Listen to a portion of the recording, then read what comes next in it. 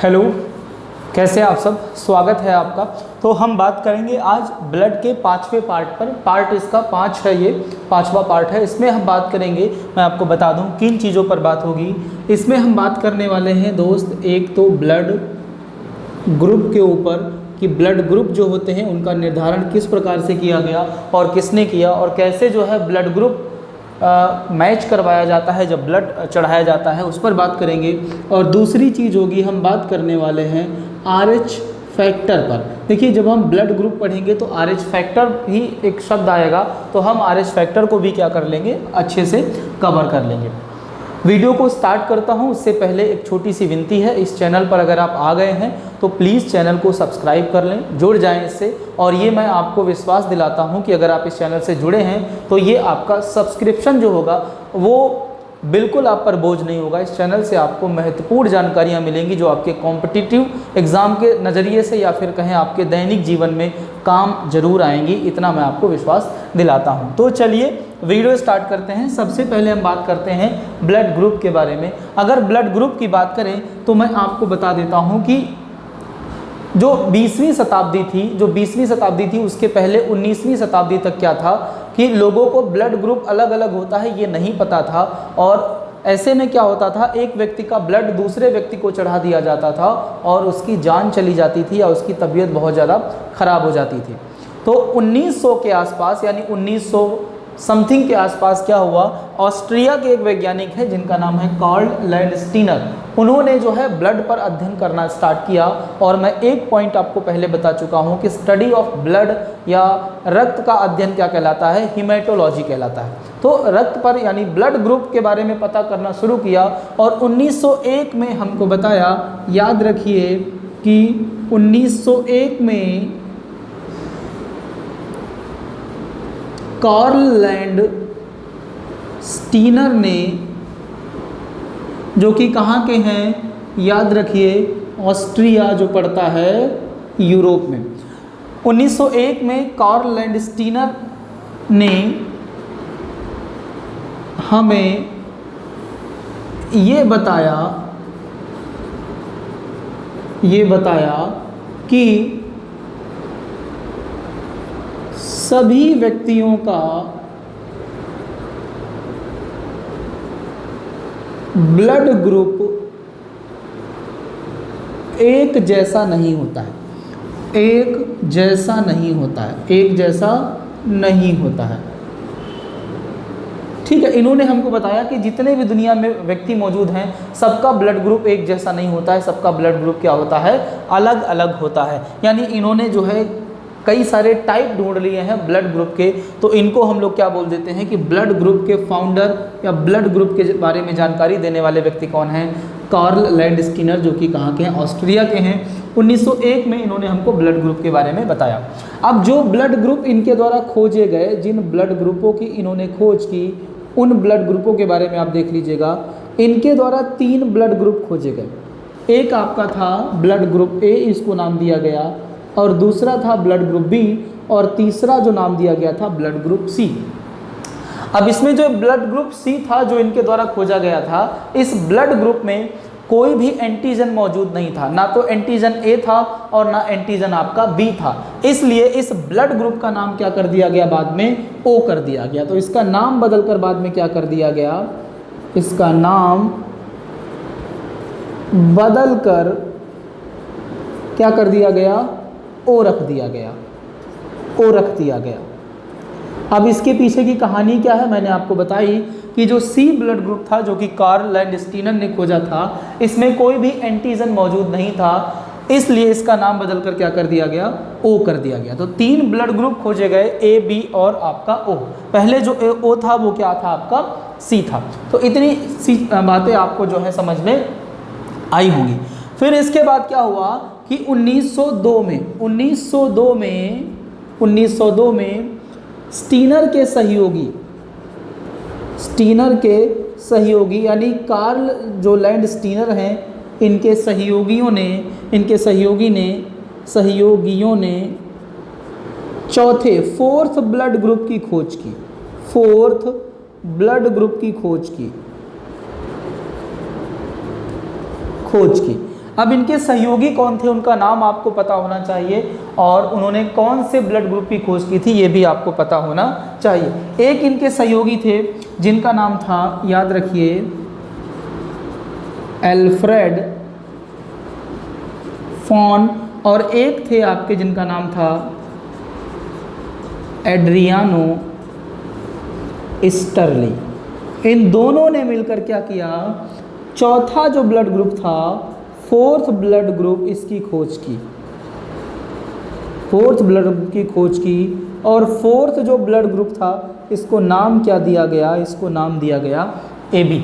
तो चारों blood group आपको मिल गए, A, B, O और आपका AB, और चारों ब्लड ग्रुप किसके द्वारा खोजे गए हैं ये भी जानकारी आपको समझ में आ गई होगी। अब थोड़ी सी बातें अगर मैं आपको बताना चाहूँ, 1901 में लैंडस्टीनर भाई साहब ने बता दिया कि ब्लड ग्रुप जो है अलग अलग होते हैं, और ब्लड ग्रुप भी निकालकर सामने रख दिए।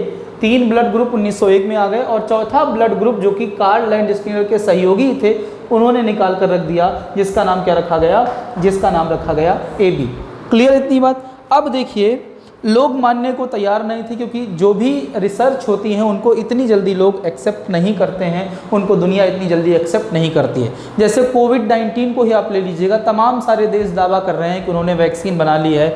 रसिया तो घोषणा भी कर चुका है कि अपने यहाँ के सभी निवासियों को फ्री जो है उसका टीका, उसकी वैक्सीन उपलब्ध करवाएगा, लेकिन दुनिया उस पर विश्वास नहीं कर रही है। वैसे ही इनकी बातों पर उस समय विश्वास नहीं हुआ था जब तक प्रमाणित ना हो जाए।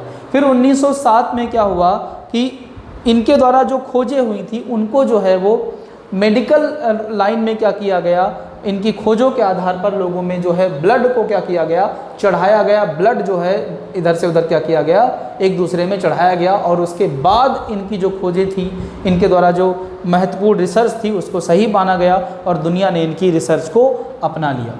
ठीक है, इसी के चलते बाद में इनको 1930 में, यानी कार्ल लैंडस्टीनर की बात करें तो 1930 में इनको जो है नोबेल पुरस्कार भी मिला, और ये नोबेल इनको पुरस्कार किस में मिला था, चिकित्सा में मिला था। ठीक है, 1930 में इनको नोबेल पुरस्कार से भी सम्मानित किया गया। बहुत सारी बातें इन पर होनी हैं, अब हम लोग आगे बात करते हैं। इतनी बात अगर आपको समझ आ गई हो तो ये स्क्रीनशॉट आप ले लीजिए, और फिर हम लोग आगे बढ़ जाते हैं। चलिए,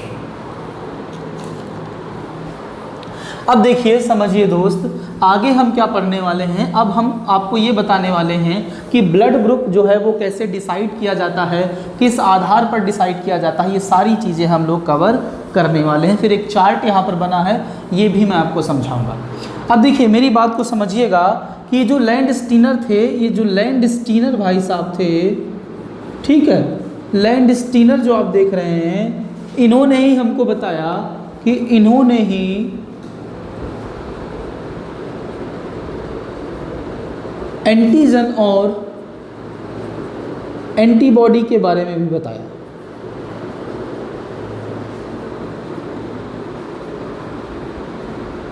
ठीक है, इन्होंने ही जो है वो एंटीजन और एंटीबॉडी के बारे में बताया।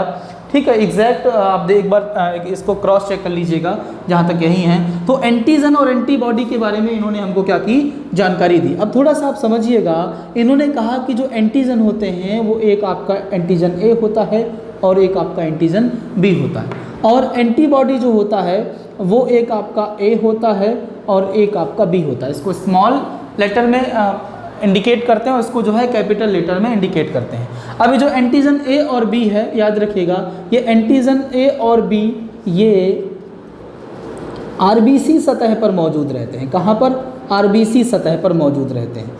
कहाँ मौजूद रहते हैं, आरबीसी सतह पर। ठीक है, आरबीसी सतह पर मौजूद रहते हैं। और ये जो एंटीबॉडी आपका ए और बी है, याद रखो, ये प्लाज्मा में मौजूद रहता है। कहाँ पर, प्लाज्मा में मौजूद रहता है, मौजूद रहता है प्लाज्मा में। ठीक है, आपको पिछले वाले वीडियो में बता चुका हूँ कि बनता कहाँ पर है, WBC यानी जो आपकी वाइट ब्लड सेल्स होती हैं उनमें बनता है, लेकिन मौजूद कहाँ रहता है, प्लाज्मा में ये आपके प्रोटीन मौजूद रहते हैं जिनको हम एंटीबॉडी बोलते हैं। ए और बी एंटीबॉडी हमारे बॉडी में पाए जाते हैं। एंटीजन कहाँ मौजूद रहते हैं, आरबीसी की सतह पर मौजूद रहते हैं। क्लियर है इतनी बात? इतनी बात अगर आपको समझ में आ गई हो तो हम लोग आगे बढ़ते हैं। ठीक है, अब देखिए, मैं कुछ आपको चित्र यहाँ पर समझाने का प्रयास करूँगा कि किस प्रकार से ये मौजूद रहते हैं। अब यहाँ पर देखिए, ध्यान दीजिएगा, जैसे एक चित्र मैंने बना लिया, ठीक है, एक ये चित्र मैंने बनाया, ये आरबीसी एक मैंने ले ली, ये एक आरबीसी ले ली, ये एक हमने लाल रक्त कणिका ले ली है, और इस लाल रक्त कणिका की सतह पर आप देख रहे हैं कुछ इस प्रकार की आकृति दिख रही है। लाल रक्त जो आप कणिका देख रहे हैं, इसकी सतह पर कुछ आपको इस प्रकार की आकृति दिख रही है, और याद रखिएगा ये इस प्रकार की जो आकृति दिख रही है, ये वाले जो आप देख रहे हैं, ये क्या हैं, ये एंटीजन है, और ये याद रखिए दोस्त, और ये एंटीजन कैसा है आपका, ए है। और अगर आपको एक और लाल रक्त कणिका मैंने ले ली, अगर लाल रक्त कणिका कोई आप देख रहे हैं जिस पर आपको कुछ इस प्रकार का दिख रहा है, मैं जल्दी में बना रहा हूँ, ठीक है, तो बहुत अच्छा नहीं बन रहा है, इस प्रकार का कोई आपको एक आकृति दिख रही है, तो याद रखिएगा ये क्या हैं, ये भी आपकी एंटीजन हैं, क्योंकि ये आरबीसी पर ही होती है, ये भी एंटीजन है, और लेकिन ये कैसा एंटीजन है, ये आपका एंटीजन बी है। क्लियर है। अगर एक और मैंने आरबीसी ले ली, एक और मैंने आरबीसी ले ली दोस्त, और इस आरबीसी पर आपको ये भी आकृति दिख रही हैं और ये भी दिख रही हैं, दोनों दिख रही हैं मित्र, तो आपको क्या करना है, आपको ये याद रखना है कि इसमें क्या है, इसमें क्या होगा कि इसमें इस वाली आरबीसी में एंटीजन ए भी मौजूद है और एंटीजन आपका बी भी मौजूद है, दोनों मौजूद है। और अगर कोई आरबीसी आपको ऐसी दिख रही है, ये इस प्रकार की कोई आरबीसी आपको दिख रही है, तो दोस्त इस पर ना तो एंटीजन ए है और ना ही एंटीजन आपका बी है। इतनी बात क्लियर है, ठीक है। मैं एंटीजन पर ही फोकस क्यों कर रहा हूं, तो मैं आपको बता दूं कि ब्लड ग्रुप को पहचानने के लिए एंटीजन का ही प्रयोग किया जाता है, यानी एंटीजन के ही आधार पर व्यक्ति का या मनुष्य का ब्लड ग्रुप निर्धारित किया जाता है। कैसे निर्धारित किया जाता है उस पर हम आगे बात करने वाले हैं। अब इस चार्ट को हम लोग देखते हैं। यहाँ पर देखिए मैंने लिखा हुआ है आरबीसी टाइप, इसमें कौन सा एंटीजन है, कौन सा एंटीबॉडी है और क्या इसका ब्लड ग्रुप होगा। इसको हम लोग समझने का प्रयास करते हैं, आसानी से आपको समझ में आ जाएगा। अब यहाँ पर आप देख रहे हैं मैंने एक आरबीसी ली है और इसके किनारे किनारे इसकी सतह पर आप देख रहे हैं कि कुछ एंटीजन जो है चिपके हुए हैं, और मैंने कहा था इस प्रकार के अगर एंटीजन हो गोल गोल तो वो एंटीजन कैसा होता है, एंटीजन ए होता है। याद रखिएगा किसी भी व्यक्ति के आरबीसी की सतह पर अगर एंटीजन ए पाया जा रहा है तो उसके प्लाज्मा में 100% एंटीबॉडी उसका अपोजिट कौन होगा, यानी बी होगा। अगर किसी व्यक्ति के आरबीसी में एंटीजन ए है तो उसके प्लाज्मा में एंटीबॉडी क्या होगा, बी होगा। ये आपको याद रखना है। और एक पॉइंट और याद रखना है, जिस व्यक्ति का जो एंटीजन होता है वही उसका ब्लड ग्रुप होता है। तो इसका एंटीजन क्या था, ए है, तो इसका ब्लड ग्रुप भी क्या होगा, आपका ए ही होगा। क्लियर है इतनी बात। तो अगर किसी व्यक्ति का एंटीजन ए है तो उसका एंटीबॉडी उसका अपोजिट बी होगा और उसका ब्लड ग्रुप भी क्या होगा, आपका ए होगा। अब दूसरा समझते हैं। दूसरा चित्र आप देख रहे हैं, इसमें देख रहे हैं कि ये आरबीसी जो है इसके किनारे सतह पर आप देख रहे हैं कि एंटीजन चिपके हुए हैं, और ये एंटीजन कौन से हैं, बी एंटीजन है। और अगर एंटीजन बी है तो एंटीबॉडी जस्ट इसका अपोजिट हो जाएगा, क्या हो जाएगा, ए हो जाएगा। यानी प्लाज्मा में आपके कौन सा एंटीजन मौजूद, एंटीबॉडी मौजूद होगा, ए। और जो एंटीजन होता है वही क्या होता है, आपका ब्लड ग्रुप होता है। क्लियर है इतनी बात। अच्छा, अब यहाँ पर आप देख लीजिए कि एंटीजन इसमें ए भी है और एंटीजन इसमें आपका बी भी है, यानी एंटीजन ए और बी दोनों मौजूद हैं। और एंटीजन ए और बी दोनों मौजूद होंगे तो याद रखिएगा एंटीबॉडी आपके अंदर कोई भी नहीं होगा, कोई भी एंटीबॉडी नहीं होगा। और आपका ब्लड ग्रुप क्या होगा, ए बी, क्योंकि जो आपका एंटीजन होता है वही आपका ब्लड ग्रुप होता है। क्लियर है। तो ब्लड ग्रुप ए बी में एंटीबॉडी नहीं होता है, याद रखिएगा। अब आगे अगर बात करें तो अब अगला है, इस पे आप देख रहे हैं कोई भी एंटीजन नहीं है, एंटीजन यहाँ पर नन, कोई भी नहीं है। तो एंटीजन कोई नहीं होगा तो इसका मतलब यह है कि इसमें एंटीबॉडी दोनों मौजूद होंगे और ब्लड ग्रुप क्या हो जाएगा, ओ हो जाएगा। अगर कोई भी एंटीजन नहीं मौजूद है आपकी बॉडी में तो आपका ब्लड कि ओ होता है। ओ ब्लड ग्रुप की कंडीशन क्या है कि आपके अंदर कोई भी एंटीजन मौजूद नहीं है। एंटीजन किस में होता है? आरबीसी में होता है, ये आपको याद रखना है। क्लियर है? तो ब्लड ग्रुप का निर्धारण किसके आधार पर किया जाता है? एंटीजन के आधार पर। जो आपका एंटीजन होता है वही आपका ब्लड ग्रुप होता है, और जो एंटीजन होता है उसका जस्ट विपरीत क्या होता है? एंटीबॉडी होता है। अगर कोई भी एंटीजन आपके अंदर नहीं है तो दोनों एंटीबॉडी होंगे, और अगर दोनों एंटीजन मौजूद हैं तो कोई भी एंटीबॉडी आपके बॉडी में नहीं होगी। ठीक है, तो इस चार्ट का आप जो है एक इमेज क्लिक कर लीजिएगा, आगे आपके काम आएगा।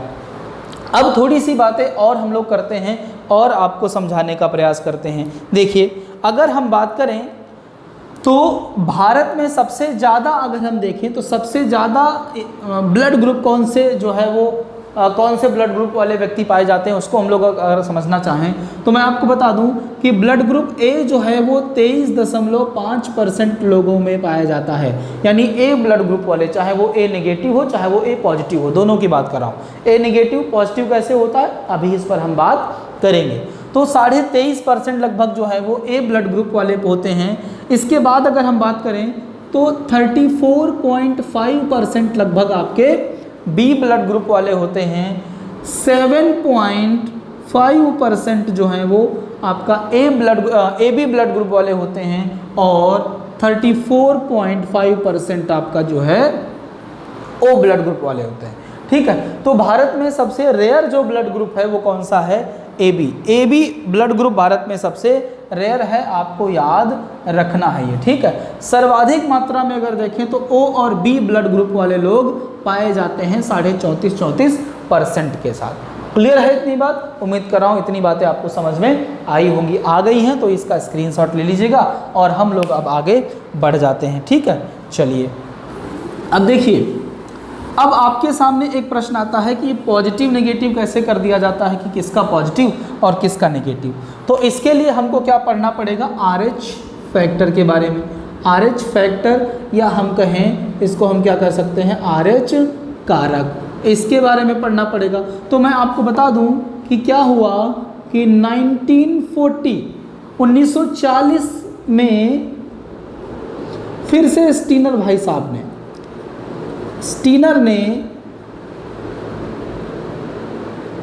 रीसस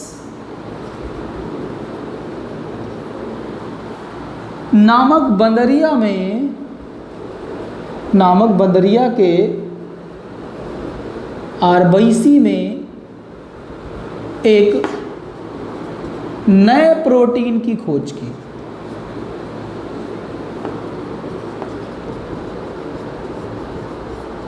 ठीक है, स्टीनर ने फिर क्या कर दिया, 1940 में आपका रीसस नाम की एक बंदरिया है, उसमें इन्होंने एक नए प्रोटीन की खोज की। इसको बंदर लिखते हैं लेकिन ये बंदरिया थी, याद रखिएगा। नए प्रोटीन की खोज की उन्होंने। देखा, ध्यान दीजिएगा कि जो बंदर है या ये बंदरिया है, उसका जो ये आरबीसी जो आप देख रहे हैं दोस्त, इस आरबीसी में उन्होंने देखा कि उसके आरबीसी पर कुछ इस प्रकार की एक संरचना है। एक नई चीज़ उनको दिखाई दी, कुछ इस प्रकार की एक नई चीज़ दिखाई दी, और उन्होंने उसके बारे में पढ़ा तो पाया कि ये एक नया प्रोटीन है। और फिर उसके बाद उन्होंने कई सारे बंदर जो हैं उनके अंदर उसको खोजने का प्रयास किया। तो ज़्यादातर बंदरों में RH प्रोटीन मिल रहा था और कुछ बंदरों में नहीं मिल रहा था। ठीक है, यानी इसका मतलब ये था कि सब में RH प्रोटीन मौजूद नहीं है, कुछ में सब में RH प्रोटीन नहीं है, कुछ में आपका प्रोटीन है और कुछ में आपका नहीं है। ठीक है, ये चीज़ें आप याद रखिएगा। तो RH प्रोटीन क्या होता है, इसी पर कुछ बातें हम लोग आगे करने वाले हैं, समझिए। देखिए, अब RH जो प्रोटीन होता है इसको दो तरीके से रखा गया, एक RH पॉजिटिव और एक रखा गया आपका RH नेगेटिव। एक RH पॉजिटिव और एक RH नेगेटिव। RH पॉजिटिव का मतलब है कि मौजूद है, और इसका मतलब है, ये मतलब क्या है, RH पॉजिटिव का मतलब क्या है, प्रेजेंट है, और इसका मतलब क्या है, अब्सेंट है। ठीक है, अगर आपके ब्लड में कहाँ पर, ब्लड में ये मैंने क्या बताया था, आरबीसी। अगर आपके आरबीसी में ये प्रोटीन मौजूद है तो कहा जाएगा RH पॉजिटिव, और अगर ये मौजूद नहीं है तो कहा जाएगा RH नेगेटिव। क्योंकि बायोलॉजी में क्या होता है, आप सब लोग जानते हैं कि पॉजिटिव का मतलब होता है उपस्थित और निगेटिव का मतलब होता है अनुपस्थित। ठीक है, तो अब मेरी बात को आप समझिएगा, अब मेरी बात को समझिएगा। अब मान लीजिए कि ये एक आपकी आरबीसी है, एक ये आरबीसी है, और इस आरबीसी में आप देख रहे हैं कि जो एंटीजन है वो कौन सा है, एंटीजन आपका ए है, एंटीजन ए है। अगर एंटीजन आपका ए है तो आपका ब्लड ग्रुप क्या होगा, ये क्या है आपका एंटीजन है दोस्त, एंटीजन ए है तो आपका ब्लड ग्रुप क्या होगा, ब्लड ग्रुप भी आपका ए होगा। और आप ये देख रहे हैं कि इसमें जो है एक प्रोटीन भी मौजूद है, RH पॉजिटिव इसमें है, तो इसका मतलब आपका ब्लड ग्रुप क्या होगा, ए पॉजिटिव होगा। कैसा होगा, ए पॉजिटिव होगा। अगर RH प्रोटीन आपके अंदर मौजूद है तो आपका ब्लड ग्रुप ए पॉजिटिव है, और अगर RH प्रोटीन आपके अंदर मौजूद नहीं है तो आपका ब्लड ग्रुप क्या है, निगेटिव में है। चाहे वो ए पॉजिटिव हो, चाहे ए निगेटिव हो, चाहे बी पॉजिटिव हो, चाहे बी निगेटिव हो, चाहे आपका ए बी पॉजिटिव हो, चाहे ए बी निगेटिव हो, चाहे आपका ओ पॉजिटिव हो या ओ निगेटिव हो। तो इतनी बात आपको समझ में आई होगी। अगर आपका ब्लड ग्रुप ए पॉजिटिव है या बी पॉजिटिव है या ए बी पॉजिटिव है या ओ पॉजिटिव है या ए निगेटिव है या बी निगेटिव है या ए बी निगेटिव है या ओ निगेटिव है, तो इस वाली कंडीशन में आपके आरबीसी में RH प्रोटीन मौजूद है, और इस वाली कंडीशन में आपके शरीर में, आपके आरबीसी में RH प्रोटीन मौजूद नहीं है। क्लियर है इतनी बात, उम्मीद कर रहा हूँ समझ में आ रहा होगा। ठीक है, चलिए, तो अब एक रोग होता है उसके बारे में जो कि RH प्रोटीन से ही जुड़ा होता है, उसके बारे में हम लोग बात कर लेते हैं, तो कुछ चीज़ें और क्लियर हो जाएंगी। ठीक है, एक रोग बड़ा खतरनाक सा रोग होता है, ध्यान दीजिएगा।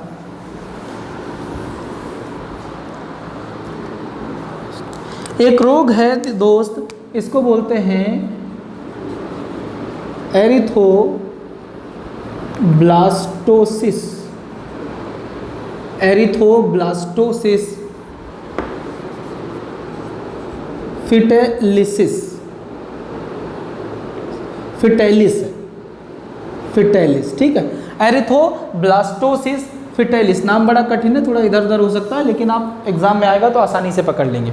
अब ये जो आप देख रहे हैं, याद रखिएगा, ये RH फैक्टर से जुड़ा रोग है, जुड़ा रोग है, याद रखिएगा, RH फैक्टर से जुड़ा रोग है। किसमें होता है मैं आपको बता दूं, इस रोग में होता क्या है, इस रोग में जो शिशु होता है या तो उसकी गर्भ में ही डेथ हो जाती है या जन्म के तुरंत बाद डेथ हो जाती है। याद रखिए कि इस रोग में शिशु की गर्भ में या जन्म के तुरंत बाद डेथ हो जाती है, हो जाती है। ठीक है, आपने देखा होगा जब कोई महिला गर्भवती होती है तो उसका RH टेस्ट भी होता है, RH फैक्टर टेस्ट भी होता है, याद रखिएगा। उसमें ये चेक किया जाता है, ध्यान दीजिए। अब मान लीजिए कि फीमेल है ये, ठीक है, ये फीमेल है और ये आपका मेल है, ये आपका मेल है, ये फीमेल और ये मेल, ये हस्बैंड वाइफ हैं। इसका जो RH है वो निगेटिव है, इसका RH नेगेटिव है और इसका भी RH नेगेटिव है, मतलब दोनों में RH मौजूद नहीं है, तो इनको कोई दिक्कत नहीं होगी। ठीक है, इनको कोई दिक्कत नहीं होगी। लेकिन अब आगे देखिए, ये फिर से कह रहा हूँ कि अगर फीमेल में RH पॉजिटिव है और इसमें भी RH पॉजिटिव है, तब भी इनमें कोई दिक्कत नहीं होगी। याद रखिएगा, अगर फीमेल में RH पॉजिटिव है और मेल में RH निगेटिव है, तब भी कोई इनमें दिक्कत नहीं होगी। और अगर फीमेल में RH निगेटिव है और मेल में RH पॉजिटिव है, इस वाली कंडीशन में ये वाला रोग होता है, जिसको हम लोग क्या बोलते हैं, एरिथ्रोब्लास्टोसिस फिटेलिस, ये वाला रोग होता है। अगर महिला का RH नेगेटिव है, पुरुष का RH पॉजिटिव है, मतलब ये वाला प्रोटीन महिला में मौजूद नहीं है लेकिन पुरुष में मौजूद है, तो फिर ऐसे में क्या होता है कि इनका जो पहली संतान होगी वो स्वस्थ पैदा होगी, दूसरी जो इनकी संतान होगी उसकी डेथ हो जाएगी, या तो गर्भ में ही या तो जन्म के तुरंत बाद बच्चे की जान जो है वो चली जाएगी, दूसरा बच्चा जो है इनको नहीं हो पाता है। याद रखिएगा इस वाले रोग में। ठीक है, इसीलिए क्या होता है कि इस रोग की जांच के लिए RH फैक्टर की जांच के लिए टेस्ट भी होता है गर्भावस्था के दौरान, कभी कभी पुरुष का भी होता है, याद रखिएगा। महिला का अगर ये निगेटिव निकलता है तो पुरुष का भी करवाया जाता है कि उसका कहीं पॉजिटिव तो नहीं है। तो इस कंडीशन में ये रोग होता है जिसमें बच्चे की जान चली जाती है, माँ के ऊपर किसी प्रकार का कोई प्रभाव नहीं पड़ता है, ये आपको याद रखना है। तो इस रोग से अगर कोई प्रश्न आता है तो आप इसको भी आसानी से कर सकते हैं दोस्त, आपको कोई समस्या नहीं होनी चाहिए। अब यहाँ पर कुछ चीज़ें मैं आपको और क्लियर कर देता हूँ। जैसे आप देखते हैं कि ब्लड ग्रुप जब एक दूसरे को चढ़ाया जाता है तो उसमें विशेष ध्यान रखा जाता है, ठीक है। अब मैं कुछ चीज़ें आपको बता देता हूँ जिससे आप कभी भूलेंगे नहीं। अब देखिए, अगर ब्लड की बात करें तो एक होता है ब्लड डोनर। कौन होता है डोनर? डोनर का मतलब कौन होता है? देने वाला, देने वाला।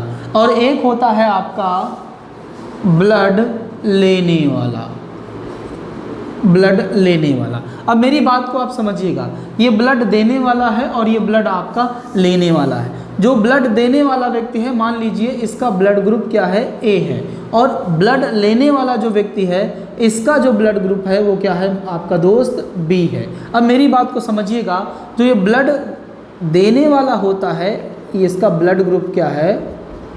ए है। जो ब्लड देने वाला होता है इसका क्या देखा जाता है? इसका एंटीजन देखा जाता है, इसका एंटीजन। अब इसका एंटीजन क्या होगा? इसका एंटीजन ए होगा, क्योंकि ब्लड ग्रुप ए है तो एंटीजन भी क्या होगा? ए होगा। अब ये जो ब्लड ग्रुप ब्लड देने वाला है इसका ब्लड ग्रुप क्या है दोस्त? बी है। अब इसका क्या देखा जाता है? इसका एंटीबॉडी देखा जाता है। क्या देखा जाता है? एंटीबॉडी देखा जाता है। अब इसका एंटीबॉडी देखा जाता है तो बी अगर ब्लड ग्रुप है तो इसका एंटीबॉडी क्या होगा? इसका एंटीबॉडी क्या हो जाएगा आपका? ए हो जाएगा। क्या ब्लड ग्रुप जिसका ए है, क्या ब्लड ग्रुप बी वाले को उसका ब्लड चढ़ाया जा सकता है? नहीं चढ़ाया जा सकता है। ये दोनों आपस में क्या कर लेंगे? चिपक जाएंगे और ये रक्त का थक्का जमा देंगे और ऐसे में व्यक्ति की क्या हो जाएगी? डेथ हो जाएगी, याद रखिएगा, ठीक है। तो याद रखिएगा, जब ब्लड डोनेट किया जाता है तो डोनर का हमेशा एंटीजन देखा जाता है और जो आपका एडॉप्टर होता है, लेने वाला होता है, उसका क्या देखा जाता है? एंटीबॉडी देखा जाता है। अब इसी आधार पर आप देखिए, मेरी बात को समझिएगा। अब जैसे ब्लड ग्रुप ए बी जो आप देख रहे हैं, ब्लड ग्रुप जो आप ए बी देख रहे हैं, इसमें क्या होता है कि इसमें कोई भी एंटीबॉडी नहीं होता है, कोई भी एंटीबॉडी नहीं होता है। और ब्लड लेने वाला जो होता है उसका एंटीबॉडी देखा जाता है। और अगर किसी व्यक्ति के अंदर एंटीबॉडी ही नहीं है तो वो व्यक्ति किसी का भी ब्लड ले सकता है। मतलब ये क्या है आपका? याद रखिएगा, सर्वग्राही। ये किसी का भी ब्लड ले सकता है। क्यों ले सकता है? क्योंकि इसके पास एंटीबॉडी जो है वो अब्सेंट है, मौजूद नहीं है। क्योंकि ब्लड लेने वाला जो होता है उसका क्या देखा जाता है? एंटीबॉडी देखा जाता है। अब इधर देखिए, जो ब्लड देने वाला दोस्त होता है, मैंने यहाँ पर बताया, जो ब्लड देने वाला होता है उसका क्या देखा जाता है? एंटीजन देखा जाता है। और ये जो ओ ब्लड ग्रुप आप देख रहे हैं, इसके पास कोई भी एंटीजन नहीं है, कोई भी एंटीजन नहीं है। और ब्लड देने वाले का एंटीजन ही देखा जाता है। जब इसके पास कोई एंटीजन ही नहीं है तो ये हर किसी को अपना ब्लड दे सकता है। इसका मतलब ये क्या है आपका? सर्वदाता है। क्लियर है? क्योंकि इसके पास कोई भी एंटीजन मौजूद नहीं है। तो इस आधार पर आप इसको याद कर सकते हैं या समझ कर इसको अपने दिमाग में बिठा सकते हैं, ठीक है।